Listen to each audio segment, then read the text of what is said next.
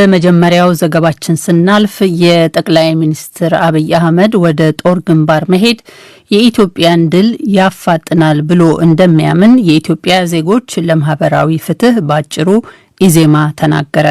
ከፍተኛ አመራሮቹን ጨምሮ አባላትና ደጋፊዎቹ ወደ ጦር ግንባር እንዲዘምቱ ትናንት ባደረገው አስቸኳይ ስብሰባ የወሰነው ኢዜማ የፖለቲካ አመለካከት ልዩነቶች እንደተጠበቁ ሆነው እንዲህ ባለው ጊዜ ለሀገር ህልውና በጋራ መቆም ምርጫ የሌለው ግዴታ ነው ብሏል። ዶቼ ቬለ ያነጋገራቸው አንድ የፖለቲካ ሳይንስ አዋቂ የፌደራል መንግስት ጉዳዩን በጦርነት ለመጨረስ ያስገደደው ያቀረበው የሰላም አማራጭ ተቀባይነት አለማግኘቱና የተወሰኑ ምዕራባውያን ሀገራት ጦርነቱን ቀጠናዊ ለማድረግ ጣልቃ መግባታቸው ነው ብለዋል። ሰሎሞን ሙጬ ከአዲስ አበባ ዘገባ አዘጋጅቷል። የኢትዮጵያ ዜጎች ለማህበራዊ ፍትህ ኢዜማ ስራ አስፈጻሚ ኮሚቴ ትናንት አስቸኳይ ስብሰባ ማድረጉን በመግለጽ ባወጣው መግለጫ ሊያጠፋን የመጣ ያለውን ኃይል ለመደምሰስ ለሁሉም ጥሪ አስተላልፏል። ልዩነቶች እንደተጠበቁ ሆነው በእንዲህ ያለው ጊዜ ለሀገር ህልውና በጋራ መቆም ምርጫ የሌለው ግዴታ ጭምር ነው ብሏል። ፓርቲው ጠቅላይ ሚኒስትር አብይ አህመድ የጸጥታውን መዋቅር በአንድ ወጥ አመራር አሰልፈው የሀገርን ድል ያፋጥናሉ የሚል እምነት መያዙንም አሳውቋል። የኢዜማ ዋና ጸሐፊ አቶ አበባ ካሉ ለዲደብሊው ተጨማሪ ማብራሪያ ሰጥተዋል። ኢዜማ ከውጊያውም ጋር በተያያዘ በርካታ ገዛም ሲያደርግ ነበር።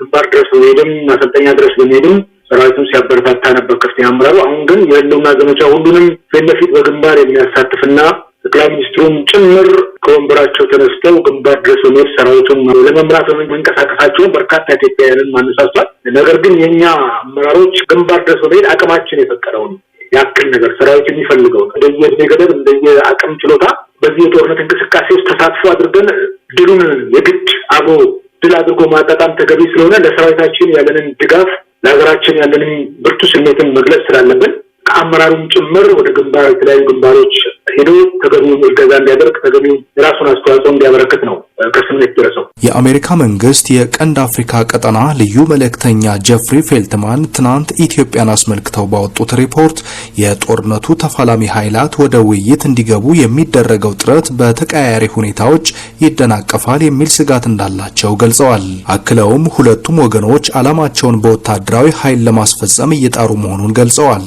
ሁለተኛ ዲግሪያቸውን በፖለቲካል ሳይንስ ያጠናቀቁት አቶ ወርቃየሁ ቸኮል የፓርቲዎችንም ይሁን የመንግስትን ሰሞነኛ ወደ ጦር ግንባር የመዝመት ውሳኔ ጦርነቱ በሰላም ላለመቋጨቱ ማሳያ ይሆን ብለን ጠይቀናቸዋል። ተሰጥቶት ነበር። በተለይም ደግሞ ያሉት የ7 ዓመታት እንደ ሀገርና እንደዚህ ያጠፋውን በደል እንኳን ይቅር ብሎ መንግስት ወደ ዲሞክራሲያዊ የሆነ ስርዓት ማህበረሰብ ገብቶ ህዝብና መንግስትን የማገልገል ጥቅነት የማገልገል ስራዎች እንዲሰሩ ነበር ሲጠይቅ የነበረው። ነገር ግን እነሱ ተቀብሎ ተግባራዊ ከማድረግ ይልቅ በወቅቱ ይዞት የነበሩትን የጦር መሳሪያ እንደዚህም የክልል ውስጥ ያሉትን ሀብት እንደ አንድ ግብአት በመጠቀም በመንግስትን በማዕከላዊ መንግስቱን በመናቅና ተቀባይነት እንዳይኖሩ በማድረግም በርካታ ስራዎች ሲሰሩ ቆይተዋል። በዚህ ምክንያት ወርዲ መንግስት በእርቅና በሰላማዊ በሆነ መልኩ ነገሮችን ለማስኬድ የሚያደርገው ትግል ፌል አድርጓል። ስለዚህ ሙከራዎቹ ነበሩ ማለት ነው።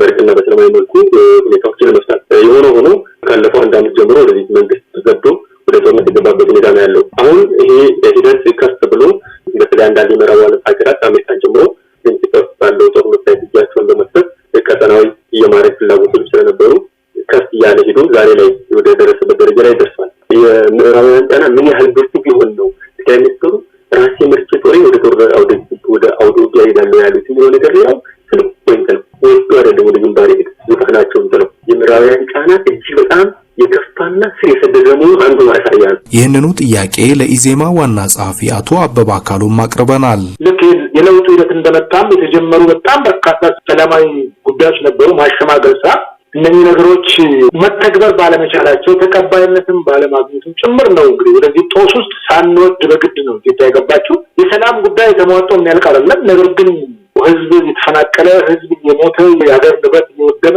ኢትዮጵያ ምን ያክል ወደ ደህንነት መቀመቅ ውስጥ እየገባች እያየን ስለሆነ ይሄ የታየ ዝም ብሎ የት እስከሚደረስ ነው ዝምታው። ለሰላም በራቸውን የማይከፍቱ ከሆነ የግድ ያለው አማራጭ በመጡበት መንገድ ለመለስም ተገቢ ስለሆነ በዚህ መልኩ ማስተናገድ የሚገባንም ከሆነ በዚህ መልኩ አስተናግደን መጨረሻም የሆነው ነገር ማየት ተገቢ ነው። ከዓመት በላይ የቀጠለውን የሰሜን ኢትዮጵያ ጦርነት በሰላማዊ መንገድ ለመፍታት የአፍሪካ ህብረት የቀንድ አፍሪካ ልዩ መልእክተኛ ኦሉሴጉን ኦባሳንጆ ከኢትዮጵያ መንግስት መሪዎች በተጨማሪ በሽብርተኝነት የተፈረጀውን የህወሓት መሪዎችንም መቀሌ ላይ 2 ጊዜ ማግኘታቸው ይታወቃል። ለዲደብሊው ሰለሞን ሙጬ ነኝ ከአዲስ አበባ።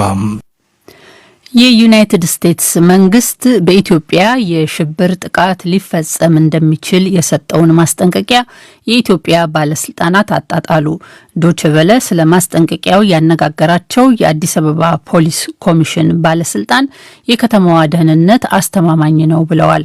የመንግስት ኮሚኒኬሽን አገልግሎት በበኩሉ የኢትዮጵያውያን ደህንነት በኤምባሲዎች መግለጫ አይረጋገጥም ሲል መግለጫውን ውድቅ አድርጎታል።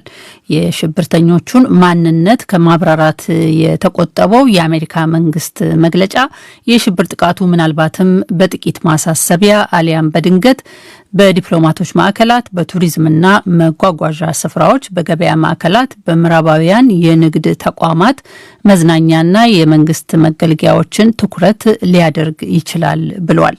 የአዲስ አበባ ዘጋቢያችን ስዩም ጌቱ ቀጣዩን ዘገባ ልኮልናል። ዛሬ በአሜሪካ መንግስት የተሰጠው የሽብር ስጋት በኢትዮጵያ በሚል ዜጎቹን ያስጠነቀቀበት መግለጫው በማህበራዊ የመገናኛ ዘዴ አብይ መነጋገሪያ ሆኖ ነው የዋለው። በዚህ ላይ የመዲናው አዲስ አበባ ፖሊስ ኮሚሽን የህዝብ ግንኙነት ኃላፊ ኮማንደር ፋሲካ ፋንታን ስለ ከተማዋ ደህንነት አስተማማኝነት ዶቼ ቬለ ጠይቋቸው አስተማማኝ የሚል ምላሽ ሰጡ።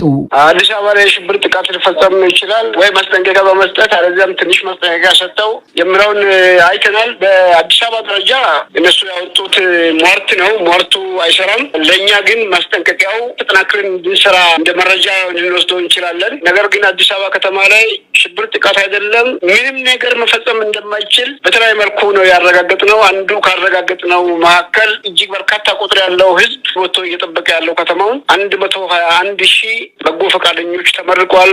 ባለፈው 27,500 በጎ ፈቃደኞች ተመርቋል። እነሱ ሁሉ በየቀኑ ሰዓት ተከፋፍለው በአዲስ አበባ ውስጥ 8,000 ብሎክ ነው ያለው። 121 ወረዳ ነው ያለው። በየቡድን ተከፋፍለው በእያንዳንዱ ብሎክ ህዝብ ነው እየጠበቀ ያለው። የኛን መኪና ጭምር ፖሊሶች ናቸው ወይስ ሌላ ሰው ነው ብሎ አስቆሞን ነው የሚያረጋግጠው ማለት ነው። እኛ ከምንፈትሸው ከምንበረብረው ውጪ ህዝቡ እያንዳንዱን እንቅስቃሴ በአይነ ቁረኛ ነው እየተከታተለ ያለው። ስለዚህ ይሄ ሁሉ እያለ ምንም አይነት የሽብር አደጋ አይደለም ምንም ነገር ወንጀል መፈጸም የማይችልበት መሆኑን ያረጋግጥንበት ያለው። የአሜሪካ ኤምባሲን ጨምሮ ኤምባሲዎች የኢትዮጵያ ደህንነትን በማስመልከት የሚያወጡትን መግለጫ ነክፈው ዛሬ ለሀገር ውስጥ መገናኛ ብዙሃን መግለጫ የሰጡት የመንግስት ኮሚኒኬሽን አገልግሎት ኃላፊ ሚኒስትር ለገሰ ቱሉ የኢትዮጵያውያን ደህንነት በኢትዮጵያውያን እንጂ በኤምባሲዎች መግለጫ አይረጋገጥም ሲሉ መረጃውን ነክፈውት የሽብር ተግባራትን አስቀድሞ መንግስት እያመከነ ነው ብለዋልም። ከፌደራል ከአዲስ አበባ ከተማ አስተዳደርና ኦሮሚያ ብሔራዊ ክልላዊ መንግስት ከዙሪያው የጸጥታ ኃይሎች የተውጣጣው ግብረ ኃይል ህብረተሰቡን ባሳተፈው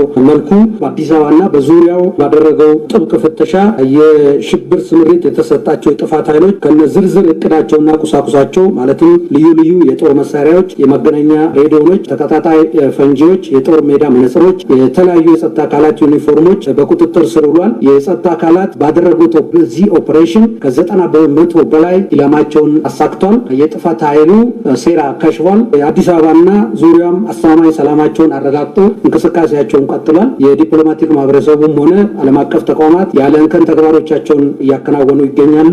የአዲስ አበባ ፖሊስ ኮሚሽን የህዝብ ግንኙነት ኃላፊ ኮማንደር ፋሲካ የሽብር ድርጊቱ የበዛው ማስጠንቀቂያ ሽብርተኛ ላሉት ቡድን እንደሚደረግ ድጋፍ አድርገው እንደሚወስዱት ነው ያሳወቁት። ከዚህ ሌላ ግን የሽብር ዝግጅቱ ምልክቶችና ጥረቶች የሉም ማለት አይቻልም የሚሉት ኮማንደሩ በአዲስ አበባ በተደረገው ድንገተኛ ብርበራዎች የተለያዩ የጦር መሳሪያዎች እየተያዙ ነው ሲሉ አክለዋል። በየአካባቢው በድንገት የሚናረገው ብርበራና በፍተሻው ላይ የጨነቃቸው የተልእኮ ፈጻሚዎቹ ሰዎች በተገኘው አጋጣሚ በሙሉ ጨለማን ተገን በማድረግ አሳቻ ቦታ ላይ እየጣሩ ነው የሚገኙት። እንደው ለምሳሌ አንድ መረጃ እንዲሆን ባለፈው እዚሁ ሜክሲኮ አካባቢ ልደታ ቤተክርስቲያን በራፍ ላይ አለባበሱ የኔቢጤ ነው የሚመስለው 2 የእጅ መገናኛ ሬዲዮና ሳተላይት ስልክ ይዞ ነበር የተገኘው። ያንን ይዞ የተገኘውን እንዲሁ ተጠራጥሮ በጎ ፈቃደኛ ወጣቶቹ ናቸው የፈተሹት። ፈትሾ ይሄን ዕቃ አግኝተው ቀጥታ በቀጥታ ለፖሊስ ነው ያስረከቡት። በዛ ምርመራ ነው እንዲጣራ የተደረገው። እያንዳንዱ ሰው ለሽብር ተግባር ሊውሉ የሚችሉ ናቸው የሚላቸውን ጸጉረ ለውጥ እንቅስቃሴ የሚያደርጉትን በተለያየ መልኩ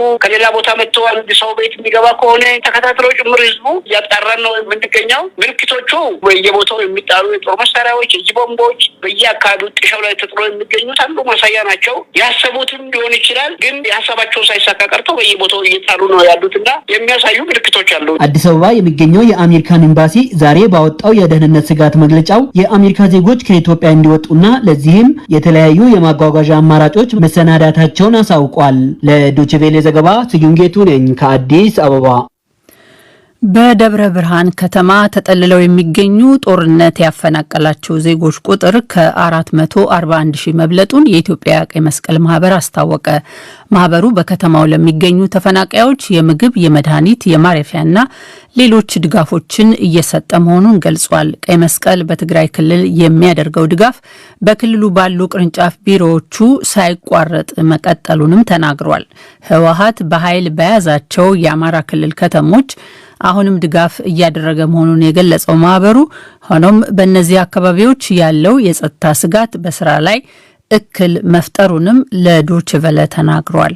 የኢትዮጵያ ቀይ መስቀል ማህበር ከሰሜኑ ኢትዮጵያ በተጨማሪ በወለጋና በመተከል በጸጥታ ችግር፣ በቦረና በድርቅ ለጉዳት የተጋለጡትን እያገዘ መሆኑን ይህንንም ለማጠናከር ህዝብ ድጋፉን እንዲያጠናክር ጠይቋል። ሰለሞን ሙጬ ዝርዝሩን አዘጋጅቷል። በኢትዮጵያ ቀይ መስቀል ማህበር የአደጋ ስራ አመራር ዳይሬክተር የሆኑት አቶ እንግዳ ማንደፍሮ እየተደረገ ያለውን ሰብአዊ ድጋፍ ለዲደብሊው ሲናገሩ የሰሜን ኢትዮጵያው ጦርነት ካስከተለው የሰዎች መፈናቀል በተጨማሪ በኦሮሚያ ክልል ወለጋ፣ በቤንሻንጉል ክልል መተከል በሚታየው የጸጥታ ችግርና በቦረና በተከሰተው ድርቅ ምክንያት እገዛ የሚሹትን እየረዱ ይገኛሉ። ደብረ ብርሃን ከተማ ውስጥ የተጠለሉት ተፈናቃዮች ቁጥር 440 ሺህ ማለፉንና ለዚህም የተቻለውን እየደገፉ መሆናቸውንም ገልጸዋል። ዛሬ ባለዳ ባገኘሁት በእኛ ቅርንጫፍ ወደ 441,955 ደርሰዋል። ተፈናቃዮቹ 6 ሳይቶች ነበሩ ደብረ ብርሃን ብቻ፣ አሁን ወደ 8 ደርሰዋል። 8 አምቡላንሶችን አሰማርቶ ስራ እየሰራ ነው ያለው። ሁለተኛ ከተወሰነ ቀን በፊት እኔም ለወገኔ ከሚለው ጋር በመሆን ወደ 400 ኩንታል ዱቄት እንዲሁም ዘይት 2500-2600 ለሚሆኑ ሰዎች ተከፋፍሏል። መድኃኒትና የመድኃኒት ቁሳቁሶች በደብረ ብርሃን ሆስፒታል ወደ 3.7 ሚሊዮን የሚያወጣ ባለፈው ዓርብ ደብረ ብርሃን ሪፈራል ሆስፒታል ሰጥተናል። ፍራሾችም ሌሎችም ቁሳቁሶች አሉ። በዋናነት ግን መድኃኒትና የመድኃኒት ቁሳቁሶች ናቸው። ከዚህ በተጨማሪ ህጻናት ለያዙ እናቶች፣ ለሚያጠቡ እናቶች እንዲሁም ደግሞ ነፍሰ ጡር ለሆኑ እናቶች፣ የአካል ጉዳተኞች እንዲሁም ደግሞ ለአዛውንቶች ወደ 7000 ለሚሆኑ ሃውስሆልዶች ጥሬ ገንዘብ በአካውንታቸው